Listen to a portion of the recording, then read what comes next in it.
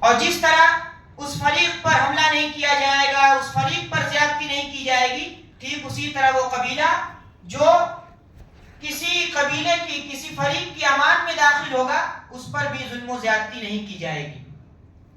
تیسری اہم قرارداد جو پاس ہوئی وہ یہ کہ اگر مکے سے کوئی مدینہ چلا آتا ہے تو مدینے کے لوگ اس کو مکے والوں کے ہاتھوں واپس کریں گے۔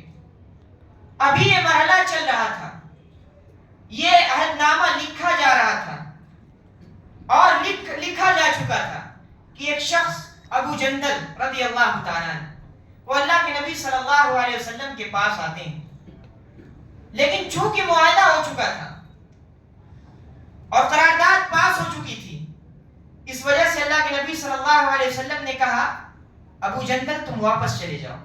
کیوں؟ کیونکہ معاہدے میں یہ تھا کہ جو بھی شخص مکے سے آپ کے پاس جائے گا آپ اس کو واپس کرنے کے اہل ہوں گے۔ ابو جندل رونے لگے، کہا اللہ کے رسول کیا مجھے کافروں اور مشرکوں کے پھر حوالے کر دیا جائے گا؟ پھر وہ مجھ پر ظلم و ستم ڈھائیں گے؟ اللہ کے نبی صلی اللہ علیہ وسلم نے کہا صبر کرو، اللہ تمہارے لیے کوئی بہترین حل تلاش کرے گا۔ اور ایک اہم قرارداد یہ پاس ہوئی کہ اگر مدینے سے کوئی شخص مکے جاتا ہے تو پھر مدینے والے اس کی واپسی کا مطالبہ نہیں کریں گے۔ تو یہ معاہدہ پاس ہوا اور 2 سال تک پابندی اس کی ہوتی رہی۔ چونکہ اللہ کے نبی صلی اللہ علیہ وسلم نے یہ معاہدہ پاس کروایا تھا کہ جو قبیلہ چاہے وہ اس کے عہد و پیمان میں داخل ہو سکتا ہے، تو قریش کے حلیف بنو بکر ہوئے، قریش کے عہد و پیمان میں بنو بکر داخل ہو گئے اور اللہ کے نبی صلی اللہ علیہ وسلم کے ساتھ قبیلہ خزاعہ کے لوگ شامل ہوئے۔ اللہ کے نبی صلی اللہ علیہ وسلم کے عہد و پیمان میں قبیلہ خزاعہ کے لوگ، قریش کے ساتھ بنو بکر کے لوگ۔ چونکہ ان دونوں قبیلوں میں جاہلیت کے زمانے سے دشمنی اور کشاکش چلی آ رہی تھی تو صلح حدیبیہ کے بعد وہ دونوں قبیلے مطمئن ہو گئے، بے خوف ہو گئے اور مطمئن ہو گئے کہ اب ہم نے جنگ بندی کر لی ہے، ہمیں جنگ نہیں کرنی پڑے گی، آپسی خون خرابہ نہیں ہوگا۔ لیکن بنو بکر کے لوگوں کے اندر خباثت بھری ہوئی تھی اور انہوں نے یہ سوچا کہ کیوں نہ اس موقع کو غنیمت سمجھ کر بنو خزاعہ سے اپنی پرانی عداوت کو چکایا جائے، اپنے پرانے بدلے کو لے لیا جائے۔ اور چنانچہ ایک شخص نوفل ابن معاویہ وہ بنو بکر کی ایک جماعت کو لے کے نکلتا ہے 60 ہجری میں شعبان میں، اور جب یہ بنو خزاعہ کے لوگ، قبیلہ خزاعہ کے لوگ وطیر نامی چشمے کے پاس خیمہ زن ہوتے ہیں، یہ لوگ رات میں اچانک ان پر حملہ آور ہو جاتے ہیں اور جو معاہدہ طے ہوا تھا اس معاہدے کی عہد شکنی ہوتی ہے، اس معاہدے کو توڑتے ہیں اور ان کے افراد کو قتل کرتے ہیں۔ اور اللہ کے نبی صلی اللہ علیہ وسلم کے پاس پھر حضرت عمرو ابن سالم الخزاعی وہ جاتے ہیں اور پوری رودات بیان کرتے ہیں، یہاں تک کہ انہوں نے کھدیڑ کر ان کو حرم تک پہنچایا۔ بنو خزاعہ کے لوگوں کو اتنا ذلیل کیا، اتنا ظلم و زیادتی کی، ان کے لوگوں کو مارا، ان کے لوگوں کو قتل کیا اور بھگا کر ان کو حرم تک لے گئے۔ اور جب بنو بکر کے لوگوں نے نوفل سے کہا کہ اب یہیں ٹھہر جاؤ، ذرا اس کا خیال کرو، یہ خانہ کعبہ اس کا خیال کرو اور تمہارے الہ کا واسطہ، تمہارے معبود کا واسطہ۔ اس وقت نوفل جواب دیتا ہے کہ آج کوئی الہ نہیں، آج اپنی پرانی عداوت کا بدلہ چکائیں گے، آج ان سے بدلہ لیں گے۔ اور انہوں نے حرم کی حرمت کو بھی پامال کیا اور بنو خزاعہ کے لوگوں کو قتل کیا۔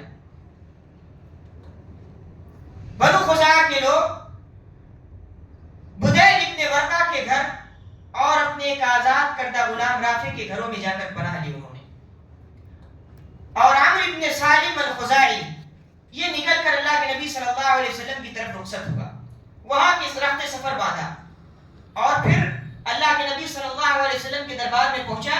نبی کریم صلی اللہ علیہ وسلم مسجد نبوی میں تھے، صحابہ کرام کے درمیان تھے، ان کو نصیحت کر رہے تھے۔ یہ شخص پہنچتا ہے اور چند اشعار کہتا ہے ان اشعار کا ترجمہ آپ اپنے سامنے رکھیے. وہ کہتا ہے کہ اے اللہ میں محمد صلی اللہ علیہ وسلم کے عہد اور ان کے والد کے عہد قدیم کی دہائی دے رہا ہوں کہ آپ لوگ اولاد تھے اور ہم جننے والے. چونکہ اللہ کے نبی صلی اللہ علیہ وسلم کے اوپر کی نسل کی ایک دادی بنو خزاعہ سے تعلق رکھتی تھی، اس وجہ سے اس نے کہا کہ ہم جننے والے تھے، یعنی نبی کریم صلی اللہ علیہ وسلم ہماری نسل سے ہیں.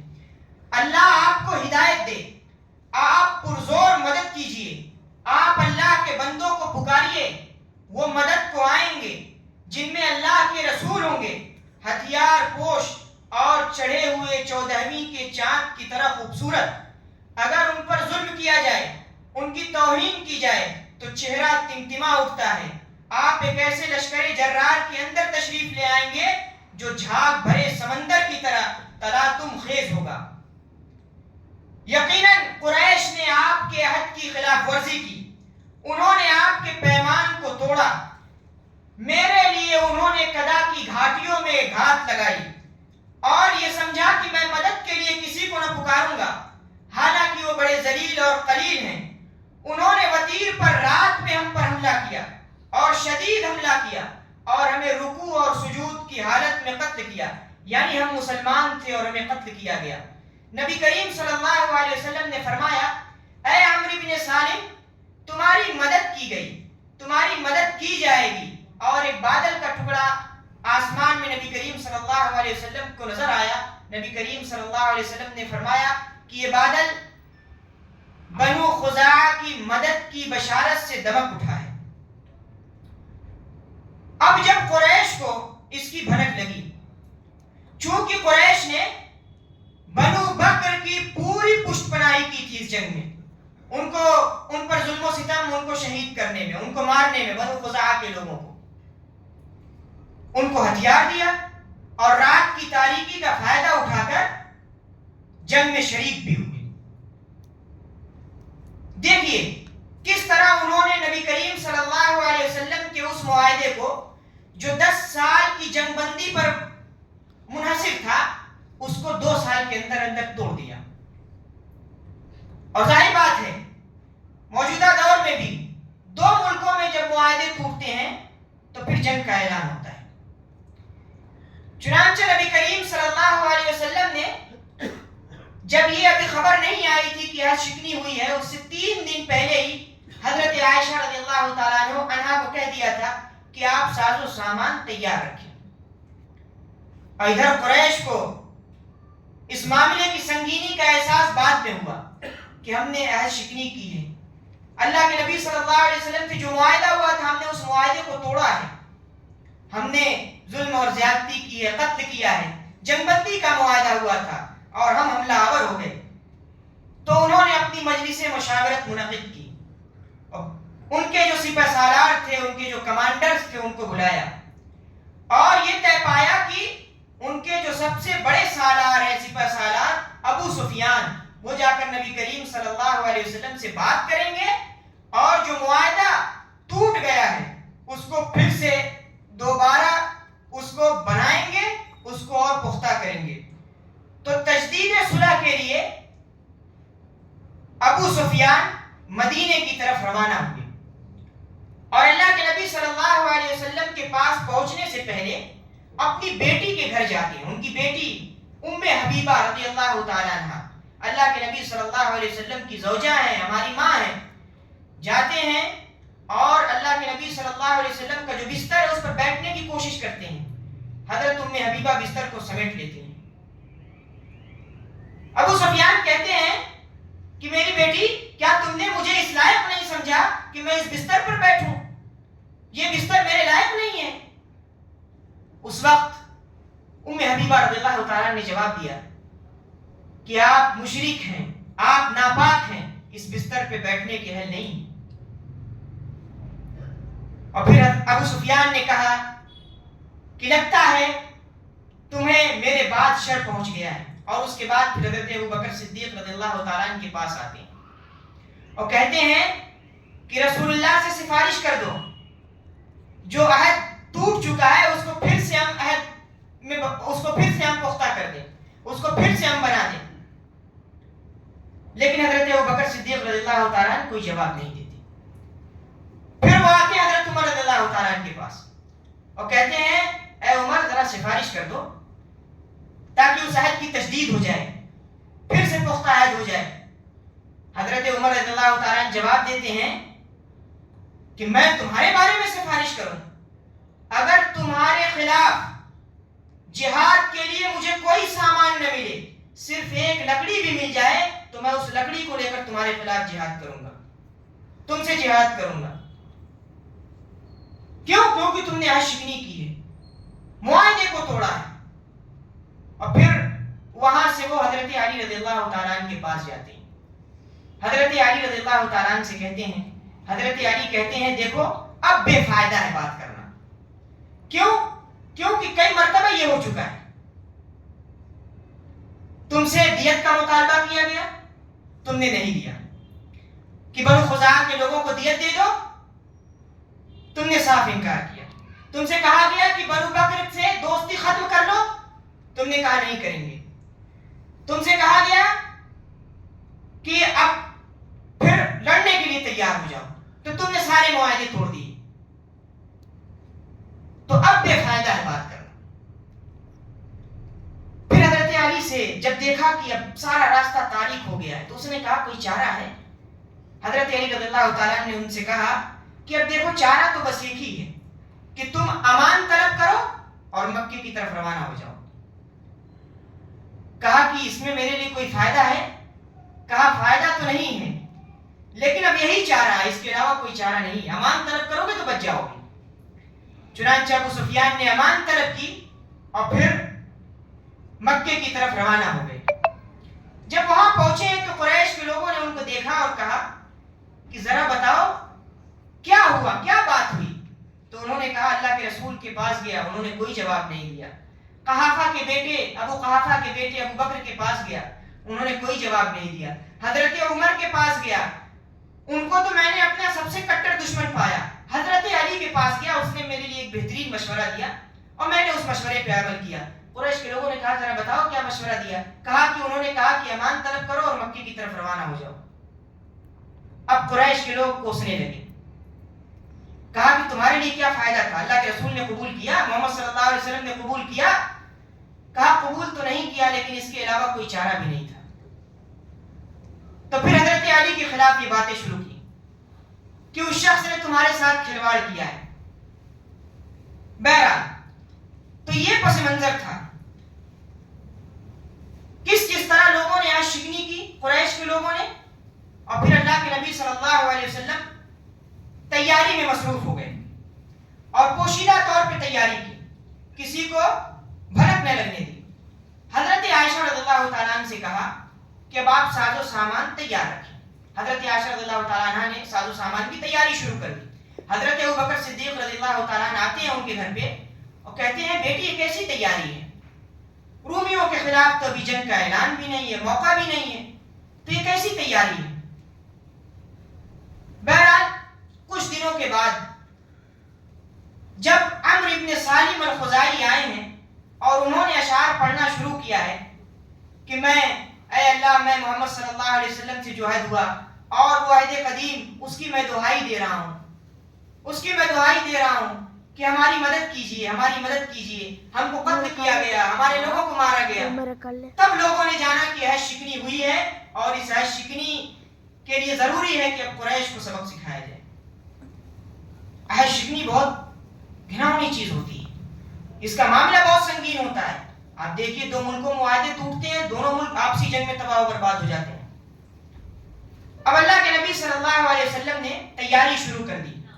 ادھر اللہ کے نبی صلی اللہ علیہ وسلم تیاری شروع کر رہے ہیں, ادھر ایک صحابی حضرت حاطب ابن ابی بلتعہ رضی اللہ تعالیٰ عنہ, ان کو اپنے اہل و عیال کا خوف ہو جاتا ہے جو مکے میں ہیں, وہ پریشان ہو جاتے ہیں. چنانچہ وہ ایک خط لکھتے ہیں قریش کے نام اور پھر ان کو یہ خبردار کرتے ہیں, خبردار کرنے کے لیے خط لکھتے ہیں کہ دیکھو محمد صلی اللہ علیہ وسلم تمہارے اوپر چڑھنے والے ہیں, آنے والے ہیں. اب ان کا معاملہ اللہ کے نبی صلی اللہ علیہ وسلم پر آتا ہے. آسمان کے ذریعے, آسمان سے اللہ کے نبی صلی اللہ علیہ وسلم پر وحی ہوتی ہے کہ ایسا ایسا معاملہ ہے۔ چنانچہ اللہ کے نبی صلی اللہ علیہ وسلم حضرت علی رضی اللہ تعالیٰ عنہ کو، حضرت مقداد رضی اللہ تعالیٰ عنہ کو اور ابو مرثد الغنوی کو بھیجتے ہیں۔ چونکہ وہ خط ایک عورت لے کر جا رہی تھی، اس میں لکھا تھا کہ دیکھو میں یہ بھلائی کا کام اس وجہ سے کر رہا ہوں تاکہ تم میرے گھر والوں کے ساتھ اچھا سلوک کرو، بہتر سلوک کرو۔ حضرت علی رضی اللہ تعالیٰ تیزی کے ساتھ اپنے ساتھیوں کو لے کر جاتے ہیں اور اس عورت کو پکڑتے ہیں۔ وہ عورت ابھی مکے نہیں پہنچی تھی، اور اس عورت سے کہتے ہیں اترو اور وہ خط دو جو حاتب ابن ابی بلتع نے تم کو دیا ہے۔ وہ کہتی ہے میرے پاس کوئی خط نہیں ہے۔ کہتے ہیں کہ نہ رسول اللہ جھوٹ بول رہے ہیں اور نہ ہم جھوٹ کہہ رہے ہیں، خط ہے تمہارے پاس، اب خط دو ورنہ تمہاری بے عزتی شروع کی جائے گی۔ چنانچہ وہ عورت اترتی ہے اور حضرت علی سے کہتی ہے اپنے چہرے کو پھیرو، اور حضرت علی رضی اللہ اور آپ کے ساتھ چہرے کو پھیرتے ہیں اور وہ اپنی بالوں کی چوٹی سے خط کو نکالتی ہے، اور اس میں وہ سب کچھ لکھا ہوتا ہے قریش کو خبردار کرنے کے لیے کہ نبی کریم صلی اللہ علیہ وسلم تیاری میں لگے ہوئے ہیں۔ چنانچہ معاملہ اللہ کے نبی صلی اللہ علیہ وسلم کے پاس آتا ہے، حضرت حاتب ابن ابی بلتع کو بلایا جاتا ہے۔ اللہ کے نبی صلی اللہ علیہ وسلم کہتے ہیں بتاؤ حاتب یہ کیا کیا تم نے؟ کہتے ہیں اللہ کے نبی صلی اللہ علیہ وسلم قسم بخدا میں مرتد نہیں ہوا ہوں، قسم بخدا اسلام کو نقصان پہنچانے کا ارادہ نہیں تھا میرا، میں تو ایک احسان کرنا چاہتا تھا، اس احسان کے بدلے وہ میرے گھر والوں کے ساتھ اچھا سلوک کرتے، میں مرتد نہیں ہوا، میں اسلام سے نہیں پھرا۔ حضرت عمر رضی اللہ تعالیٰ عنہ وہیں تشریف فرما تھے، کہا کہ اللہ کے نبی صلی اللہ علیہ وسلم اجازت دیجئے میں اس کی گردن مارتا ہوں کیونکہ اس نے رسول اللہ کے ساتھ خیانت کی۔ لیکن رسول اللہ صلی اللہ علیہ وسلم چونکہ رحمت للعالمین ہے، رحمت کا دریا جوش مارتا ہے اندر سے، کہتے ہیں ٹھہرو اے عمر، یہ بدری صحابی ہیں، ہو سکتا ہے کہ بدری لوگوں کے معاملے میں اللہ تعالیٰ نے یہ کہہ دیا ہو کہ میں تمہارے گناہوں کو بخش دوں گا۔ بدر میں صحیح شریک ہوئے تھے حضرت حاتب بن ابی بلتع۔ حضرت عمر یہ سنتے ہیں تو رونے لگتے ہیں، کہتے ہیں اللہ اور اس کا رسول زیادہ بہتر جانتا ہے، اللہ اور اس کے رسول جو فیصلہ کرے وہ مجھے منظور ہے۔ تو حضرت عمر رضی اللہ تعالیٰ دیکھیے کس قدر دین کے لیے اپنا سب کچھ نچھاور کرنے کے قربان تھے، اور اس کے خاطر ایک ادنا سا نقصان بھی برداشت نہیں کرتے تھے۔ اب اللہ کے نبی صلی اللہ علیہ وسلم 10 رمضان مبارک سن 8 ہجری میں مکے کے لیے روانہ ہوتے ہیں۔ آپ صلی اللہ علیہ وسلم 10,000 صحابہ کو لے جاتے ہیں ساتھ میں، اور ایک مقام پر پہنچتے ہیں، اس مقام کا نام ہے جحیفہ، اور وہاں ان سے حضرت عباس رضی اللہ تعالیٰ عنہ سے ملاقات ہوتی ہے۔ حضرت عباس رضی اللہ تعالیٰ عنہ اپنے پورے کنبے کے ساتھ اسلام قبول کر کے ہجرت کر رہے تھے۔ پھر اللہ کے نبی صلی اللہ علیہ وسلم ان کو ساتھ میں لے کر مقام ابوا تک پہنچتے ہیں۔ مقام ابوا پر اللہ کے نبی صلی اللہ علیہ وسلم کے 2 قریبی رشتہ دار ہوتے ہیں، ان میں سے ایک کا نام ابو سفیان ابن حارث ہے اور دوسرے کا نام عبداللہ ابن امیہ ہے۔ یہ دونوں نبی کریم صلی اللہ علیہ وسلم کو سخت اذیتیں دیا کرتے تھے، سخت تکلیفیں دیا کرتے تھے، نبی کریم صلی اللہ علیہ وسلم کی ہجو کیا کرتے تھے، برائیاں کیا کرتے تھے۔ اللہ کے نبی صلی اللہ علیہ وسلم نے دیکھا تو اپنے چہرے کو پھیر لیا۔ ام سلمہ رضی اللہ تعالیٰ عنہ جو ہماری ماں ہیں، انہوں نے فوراً کہا اے اللہ کے نبی صلی اللہ علیہ وسلم، کیا آپ یہ چاہتے ہیں کہ آپ کے رشتہ دار ہی آپ کے سب سے بڑے بدبخت ثابت ہوں آپ کے لیے؟ اور حضرت علی رضی اللہ تعالیٰ عنہ ابو سفیان ابن حارث سے کہتے ہیں کہ دیکھو جب تم نبی کریم صلی اللہ علیہ وسلم کے پاس جانا تو وہی بات کہنا جو حضرت یوسف علیہ السلام نے اپنے بھائیوں سے کہی۔ کیا بات کہی؟ اللہ کی قسم، اللہ رب العزت گواہ ہے، آثرک اللہ علینا، اللہ رب العزت نے ہم پر آپ کو فضیلت بخشی ہے۔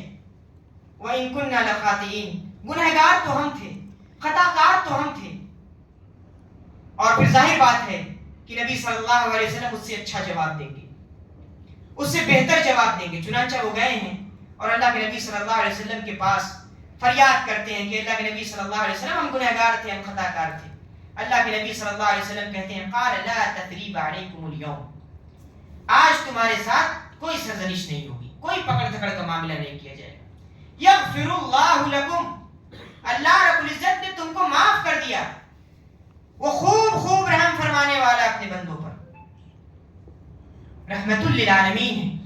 دیکھیے جو زندگی بھر ستایا جنہوں نے، مکے میں تکلیفیں دیں، آپ صلی اللہ علیہ وسلم کی برائیاں کی، اور اللہ کے نبی صلی اللہ علیہ وسلم کے سامنے پیش ہوتے ہیں اور اپنے گناہ کا اعتراف کرتے ہیں، اپنی غلطی کا اعتراف کرتے ہیں. نبی کریم صلی اللہ علیہ وسلم کہتے ہیں کہ جاؤ، آج تمہارے ساتھ کوئی بدلے والا معاملہ نہیں کیا جائے گا، جاؤ معاف کیا جاتا ہے تمہیں.